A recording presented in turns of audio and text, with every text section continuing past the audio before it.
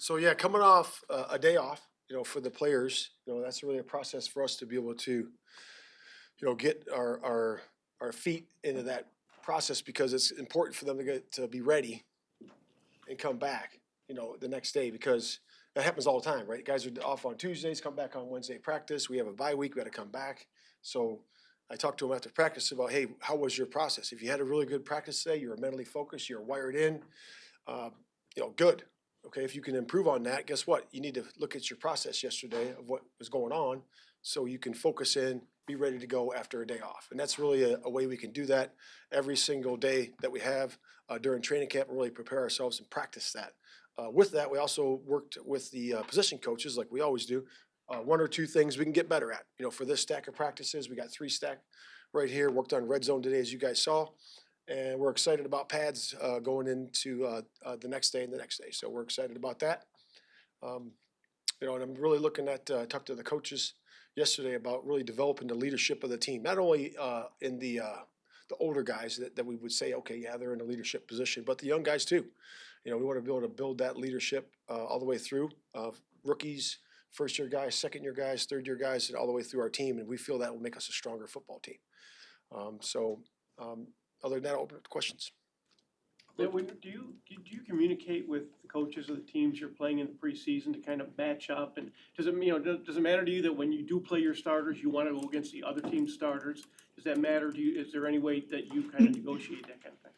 Yeah, when you start game planning for preseason, of course, if they have a star player, at receiver or a defensive end at that spot, that's a great opportunity for you to game plan against that guy.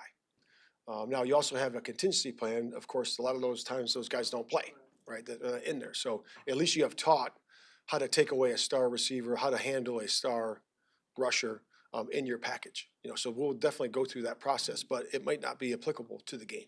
When you look back on that subject, is there any conversation that you have with D'Amico Ryans about the game next week, given that, and you guys will play each other in a real game a month later? You do have conversations with the other coach at times. I have not talked to D'Amico yet, but I'll reach out to him. Looked like a few false start penalties, at least from what we saw. Were they false starts, and what was There was a couple. Yep, there was a couple in there. Noise was up, and that's part of the process. Yep, there was a couple. Is Kyler okay?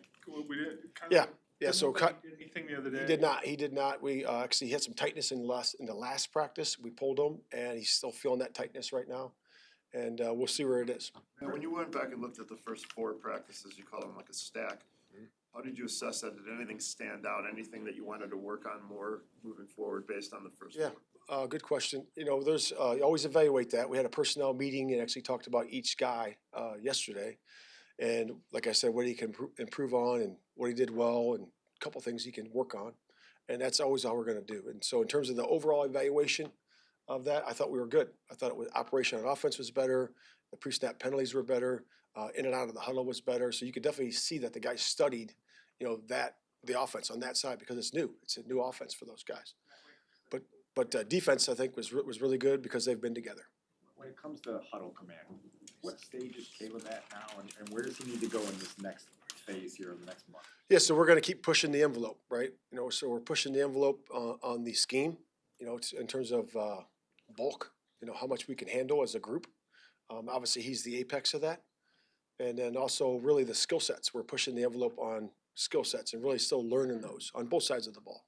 So we'll get that going. We'll get some one-on-ones going here, one-on-one pass rush, one-on-one versus the receiver DBs, linebackers, running backs, all that. So we get a chance to really evaluate those guys in pads and start that evaluation. Matt's still splitting time out there at left tackle a little bit as you guys get him going. Yeah.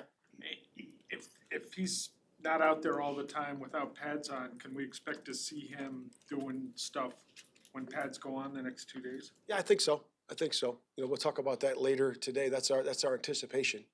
I think he came out of practice okay, but that's our anticipation. We're going to do that. Matt, if I could have you put your personnel hat on just for a minute. What's the advantage of having a rookie quarterback on a rookie contract?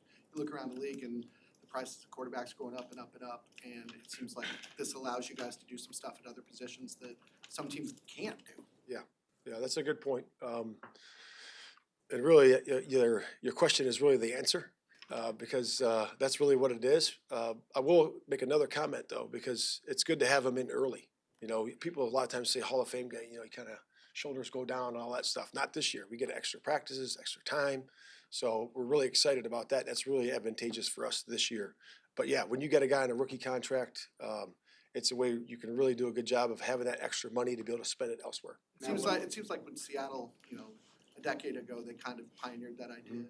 Do you think it's easier for quarterbacks now to come in and be effective right away than maybe it was even, when Russ did it? Yeah, I mean, I think it depends on your whole roster. You know, it's hard for a quarterback to be successful if he's, has bad protection, doesn't have a lot of skill to throw to. The team's down in terms of the roster configuration at that particular time.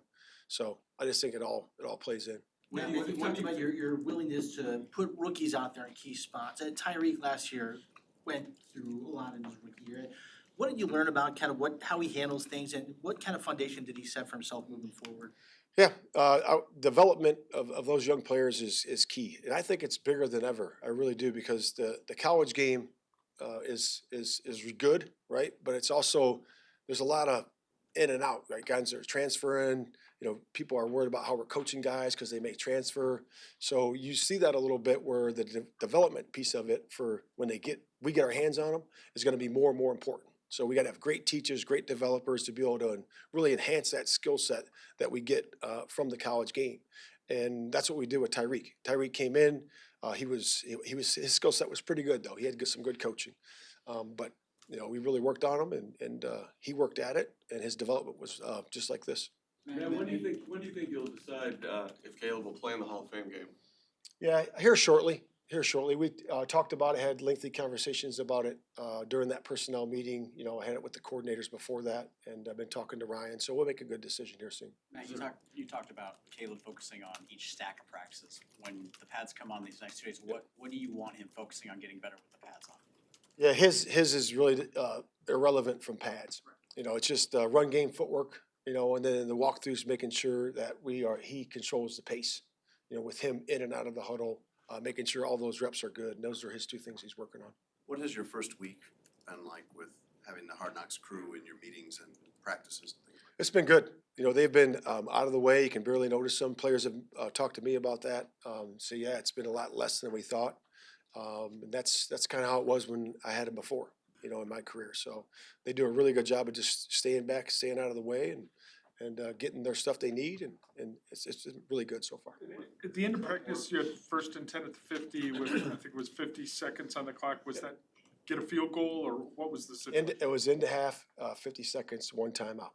So you're taking touchdown, but you want a field goal. So that's what it was. With Montez, as you've learned more about all of the things he can do, what intrigues you most as a strategist about knowing that he can be a guy that you can use in different ways and help the entirety of the team? Yeah, just his accuracy is really good, not only in the pocket but on the move. So when you get the off-schedule throws like you do a lot of times, like we see in the red zone across the league, those are really important. Those are accurate balls, and he's able to do that for sure. Matt, the offense looked a little bit more sluggish today than maybe we've seen over the first 4 practices, maybe a step slower. Did you see that in practice, and did you see or what led to that? Were there new things being installed that they were trying to figure out? Yeah, I would just say, really from my vantage point, it's harder in the red zone, because things are shorter, it's condensed, and it's just harder to execute down there, So windows are tighter, we're gonna have to learn that those are. And again, 7-on-7 was good, but once we got the team, it was more of a fast pace. You can feel the rush, so it's just going through the process of that. Thanks, guys. Okay. Thank you.